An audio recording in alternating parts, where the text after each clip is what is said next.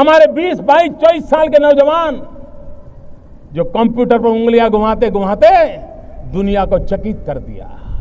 विश्व में भारत की एक नई पहचान बनाने का रास्ता हमारे आईटी प्रोफेशन के नौजवानों ने कर दिया। अगर ये ताकत हमारे देश में है, क्या देश के लिए हम कुछ सोच सकते हैं? और इसलिए हमारा सपना है डिजिटल इंडिया। जब मैं डिजिटल इंडिया कहता हूं तब ये बड़े लोगों की बात नहीं है, एक गरीब के लिए है। अगर ब्रॉडबैंड कनेक्टिविटी से हिंदुस्तान के गांव जुड़ते हैं और गांव के आखिरी छोर की स्कूल में अगर हम लॉन्ग डिस्टेंस एजुकेशन दे सकते हैं, आप कल्पना कर सकते हैं कि हमारे उन गांव के बच्चों को कितनी अच्छी शिक्षा मिलेगी।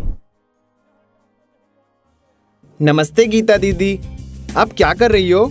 मैं बिजली का बिल भर रही हूँ, इंदौर वाले मामा का हाल चाल पूछ रही हूँ और आगे की पढ़ाई के लिए कॉलेजों के विकल्प देख रही हूँ।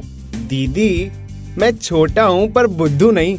ये ना तो बिजली घर का ऑफिस है, ना ही इंदौर बात करने के लिए आपके हाथ में फोन है और ना ही पास में कॉलेजों की कोई लिस्ट। आप तो बस इस कंप्यूटर पे बैठ के कुछ कर रही हो।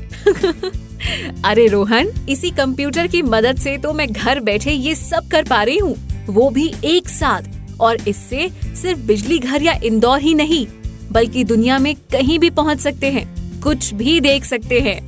तो दीदी, ये देखकर बताओ कि कल का इंडिया कैसा है? कल का इंडिया आने वाले कल से कदम मिलाकर चलने वाला डिजिटल इंडिया। डिजिटल इंडिया मतलब कंप्यूटर वाला इंडिया?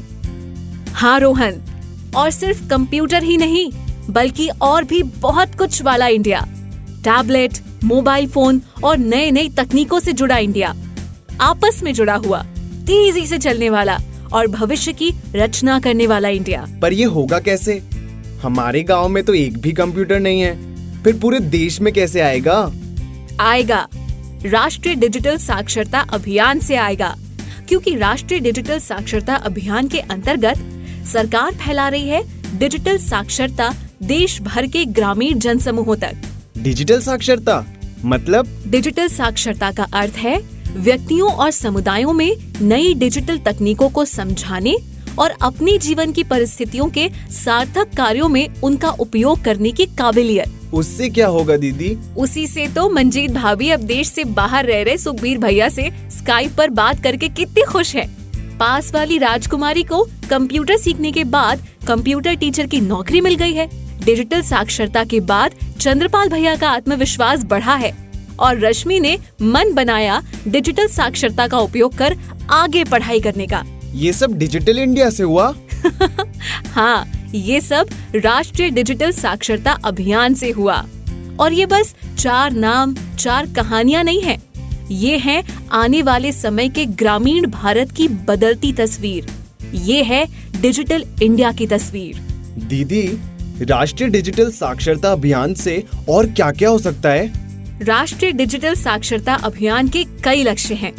उनमें से कुछ प्रमुख लक्ष्य हैं डिजिटल साक्षरता की शक्ति से देश के कोने कोने में मूल सेवाओं को पहुंचाना, रोजगार के अवसरों में वृद्धि लाना, राजनीतिक, सामाजिक और आर्थिक विकास में सामुदायिक भागीदारी बढ़ाना, G2C और B2C सेवाओं तक पहुंच बढ़ाना, ज्ञान और जानकारी आसानी से मुहैया कराना और साथ ही जन जन को जोड़ना और जन जन से जुड़ना भी। वाह, कैसा हो सकता है दीदी? बिल्कुल हो सकता है। हमारे प्रधानमंत्री जी का स्वतंत्रता दिवस वाला भाषण नहीं सुना क्या तुमने? ठान लो तो सब हो सकता है। हाँ, वो तो है।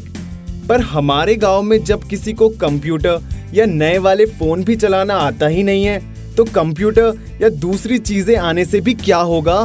तभी तो इसीलिए डिजिटल इंडिया स्कीम के अंतर्गत भारत सरकार ने की है पहल, हर घर से कम एक सदस्य को डिजिटली साक्षर बनाने की। इसके तहत हर चुनिंदा ब्लॉक में 10 लाख लोगों को IT ट्रेनिंग प्रदान की जाएगी पूरे भारत में। हाँ, तब तो अपने घर से मैं जाऊंगा। हाँ, बिल्कुल जाना और मन लगा के सीखना, बहुत मजा आएगा। सच्ची दीदी?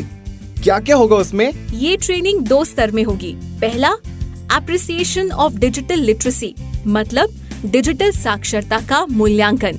जिसमें इंटरनेट और कंप्यूटर के इस्तेमाल करने की, जैसे कि ईमेल भेजना, जानकारी ढूंढना, ऐसी मूल ट्रेनिंग दी जाएगी। और दूसरा, बेसिक्स ऑफ डिजिटल लिटरेसी, मतलब डिजिटल साक्षरता के आधार, जिसमें IT के आगे की ट्रेनिंग के साथ ही ई-गवर्नेंस सेवाओं का उपयोग करना भी सिखाया जाएगा। ये तो सुन के मुश्किल लगता है। बिल्कुल भी नहीं। और ये होगा तभी तो देश में हर कोई प्रजातंत्र में सक्रिय भागीदार बन पाएगा। समझे छोटू रोहन? दीदी, छोटू रोहन नहीं, डिजिटल रोहन कहिए। डिजिटल इंडिया की इस सहयोगपूर्ण पहल में राष्ट्रीय डिजिटल साक्षरता अभियान के हिस्सेदार बनेंगे विभिन्न उद्योग, NGO, शैक्षणिक संस्थान, प्रमाणित करने वाली संस्थाएं इत्यादि।